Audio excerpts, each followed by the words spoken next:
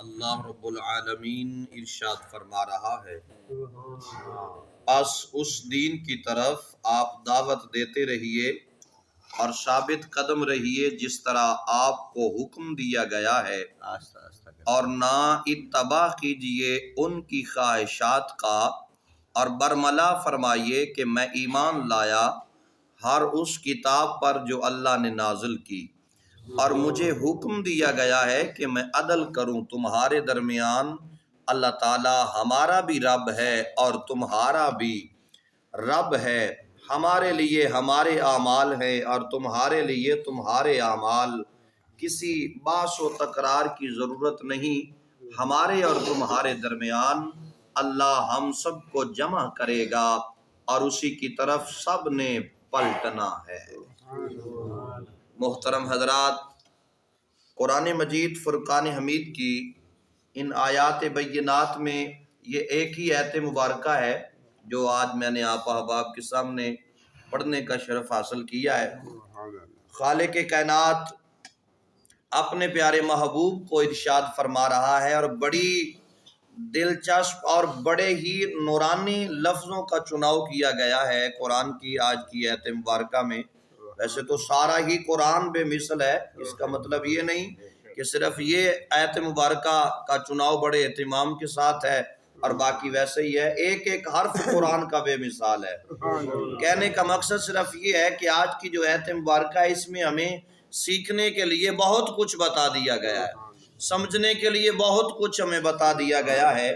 علامہ ابن کثیر نے اس آیت کی تفسیر بیان کرتے ہوئے لکھا ہے کہ اس آیت کریمہ میں 10 کلمات ہیں، اور ہر کلمہ اپنی جامعیت اور افادیت کے باعث ایک مستقل حکم ہے، اور اگر اس کے سیاق و سباق سے قطع نظر کر کے بھی دیکھا جائے تو اس کی افادیت میں کوئی فرق نہیں آتا۔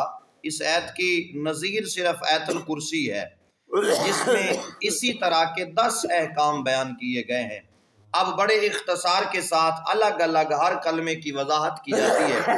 سنیے، سب سے پہلے فرمایا فَلِذَالِكَ فَادْعُ، یہ کیا ہے؟ یہ غور طلب بات ہے۔ ذالک اسم اشارہ ہے، اور اس کے مشار الیہ کے متعلق علماء کے 2 قول ہیں۔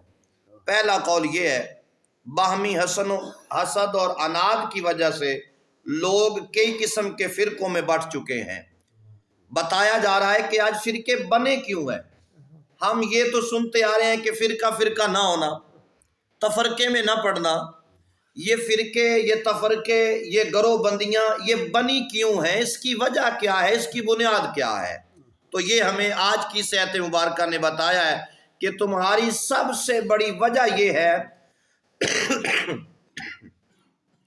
تفرقے میں اور حسد و عناد کی وجہ سے تم ایک دوسرے سے عداوت رکھتے ہو، حسد کرتے ہو، عناد رکھتے ہو۔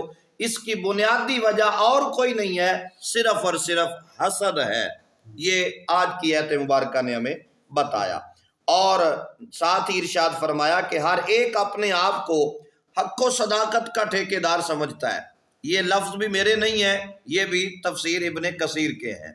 تفسیر ابن کثیر نے بتلایا ہے کہ ہر بندہ یہ سمجھتا ہے کہ میں ہی ٹھیکیدار ہوں، میں ہی حق و صداقت پر گامزن ہوں، باقی سارے مشرک ہیں، باقی سارے کافر ہیں، باقی سارے مرتد ہیں۔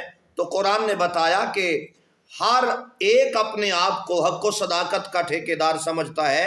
اے حبیب، آپ اپنی من موہنی ادا سے انہیں حق قبول کرنے کی دعوت دیں تاکہ وہ اس انتشار کے ہاتھوں ذلیل و خوار ہونے سے بچ جائے۔ دوسرا قول یہ ہے، اس کا مشار الیہ دین ہے جس کے اتباع کا حکم تمام انبیاء رسول کو دیا گیا ہے، اور جس پر کاربند ہونے کی آپ کو بھی ہدایت کی گئی ہے۔ آپ خلق خدا کو اسے قبول کرنے کی دعوت دیں۔ اس نظام صداقت سے صرف آپ یا چند خاص نفوس ہی بہرہ یاب نہ ہوں، بلکہ شرق و غرب میں بسنے والے بھی اس دعوت کی دل آویزی سے متاثر ہو کر اسے قبول کریں اور اس سے فیض یاب ہو سکیں۔ قرآن کا اور دین اسلام کا کائنات کے اندر تشریف لانا یقیناً ہمارے لیے بخشش کا ذریعہ ہے۔ یقیناً قرآن کا تشریف لانا ہمارے لیے باعث برکت ہے، یقیناً قرآن کا تشریف لانا ہمارے لیے ذریعہ رحمت ہے۔ اگر آج ہمارے پاس قرآن نہ ہوتا تو ہم بکھر گئے ہوتے، اگر آج ہمارے پاس قرآن نہ ہوتا تو ہم پتہ نہیں کس کس گناہ کے مرتکب ہو رہے ہوتے۔ یہ تو فیضان ہے قرآن کا کہ قرآن ہمارے سامنے ہے اور قرآن ہمیں بڑی بڑی برائیوں سے روک دیتا ہے، یہ فیضان ہے قرآن کا۔ اگر آج 1400-1500 سال بعد اگر قرآن کا ہم اتنا حیا کرتے ہیں تو جن کے سامنے یہ قرآن آیا ہے وہ صحابہ قرآن کا حیا کتنا کرتے ہیں، ان صحابہ کی عظمت کا مقام کیا ہوگا، صحابہ کی جرت کو ہم کتنے سلام پیش کریں کم ہے۔ میرے آقا علیہ الصلوۃ والسلام کے غلاموں، یہ تو تھا فالی ذالک فدع، آگے ہے وَاسْتَقِمْ كَمَا أُمِرْتَ۔ یہ اس کا کیا مطلب ہے؟ صرف اس دعوت کو قبول کر لینا ہی فرمایا کافی نہیں ہے، اس کا مطلب یہ ہے کہ صرف اس دعوت کو، حق کی دعوت کو قبول کر لینا یہی کافی نہیں ہے، بلکہ اس کو قبول کر کے اس پر ڈٹ جانا اور ہجوم علام و مصائب میں ثابت قدم رہنا اور ثابت قدمی کے اس معیار پر پورا اترنا جو اللہ تعالیٰ نے مقرر فرمایا ہے۔ یہ بڑا لفظ آگے ایک آ رہا ہے، بڑا ہی کمال کا لفظ ہے، فرمایا اس پر ثابت قدم رہنا اور ثابت قدمی کے اس معیار پر پورا اترنا جو اللہ تعالیٰ نے ایمان والوں کے لیے معیار مقرر کیا ہے، فرمایا اس پر ڈٹ جانا یہ شیوہ مردانگی ہے، یہ شیوہ مردانگی ہے کہ اس پر ڈٹ جائے۔ پھر آگے ارشاد فرمایا اللہ تعالیٰ نے اس استقامت کا حکم اپنے محبوب کو دیا اور حضور کے طفیل ساری امت اسلامیہ بلکہ جملہ بنی نوح انسان کو دیا جا رہا ہے، اور اس فرمان الہی کی جلالت و شان کا اندازہ حضور کے اس ارشاد گرامی سے لگایا جا سکتا ہے۔ حضور کی یہ حدیث مبارکہ ہے جس کو روح البیان نے بیان کیا ہے۔ حضور نے فرمایا سورہ ہود اور اس کی مثل صورتوں نے مجھے بوڑھا کر دیا ہے۔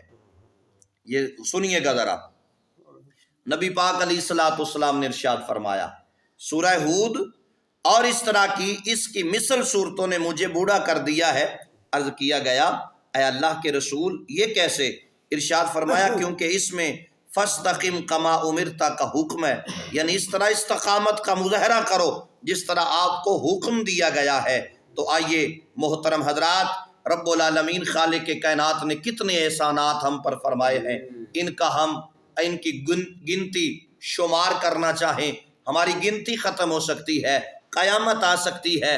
اللہ تبارک و تعالیٰ کے جو انعامات اس قوم پر کیے گئے ہیں، ان لوگوں پر کیے گئے ہیں، نبی کے غلاموں پر کیے گئے ہیں، وہ قیامت تک نہیں گنے جا سکتے۔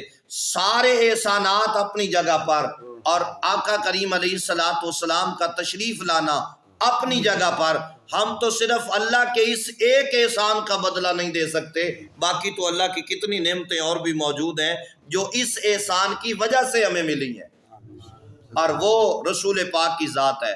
رسول اکرم صلی اللہ تعالی علیہ وآلہ وسلم کی ذات اقدس کسی سے کوئی پوشیدہ نہیں ہے۔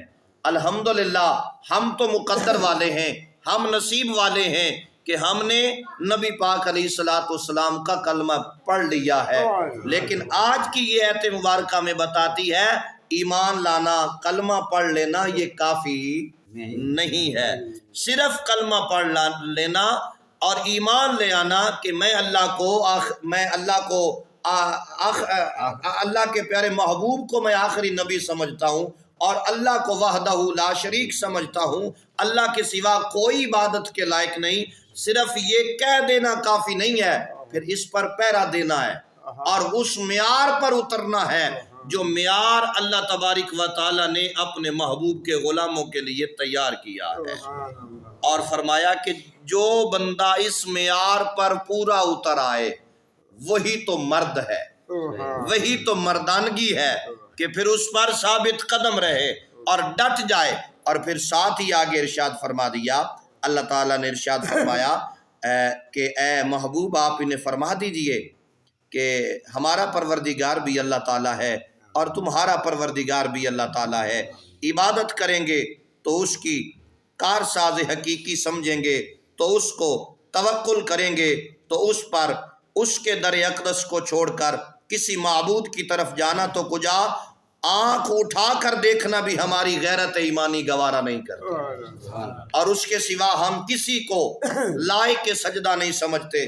پھر آخر میں ارشاد فرمایا اعمالنا ولکم اعمالکم، اور فرمایا ہمارے نیک اعمال کا ثواب ہمیں ملے گا، تمہارے نیک اعمال کا ثواب۔ ایمان کی حالت والے کو بتایا جا رہا ہے کہ نیک جو ہے نا، صاحب ایمان جو ہیں، ان کے نیک اعمال کا اجر انہیں دیا جائے گا اور ہمیں ہمارے نیک اعمال کا اجر دیا جائے گا۔ لیکن یہاں پر ساتھ یہ فرمایا، کیونکہ یہاں پر مخاطب غیر مسلم سے ہیں، اور ارشاد فرمایا کہ ہمارے نیک اعمال کا ثواب اور برے اعمال کی سزا ہمیں ملے گی، تمہارے نیک و بد اعمال کی جزا و سزا تمہیں ملے گی۔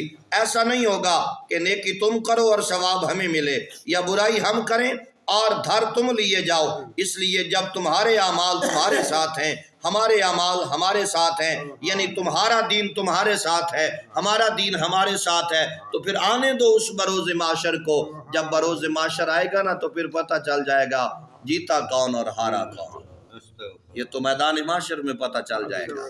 تو دوستان ذی وقار، یہ ہمارے مقدر کی میراج ہے کہ اللہ رب العالمین نے ہمیں یہ حسین و جمیل لمحات ماہ رمضان المبارک شریف کی عطا فرمائے، اور آج الحمدللہ تیسرا جمعہ رمضان المبارک شریف کا پڑھنے کی انشاءاللہ ہم سعادت حاصل کریں گے۔ دعا فرمائیے اللہ یہ وقت دے کہ ہم نماز جمعہ با جماعت ادا کر سکیں، اور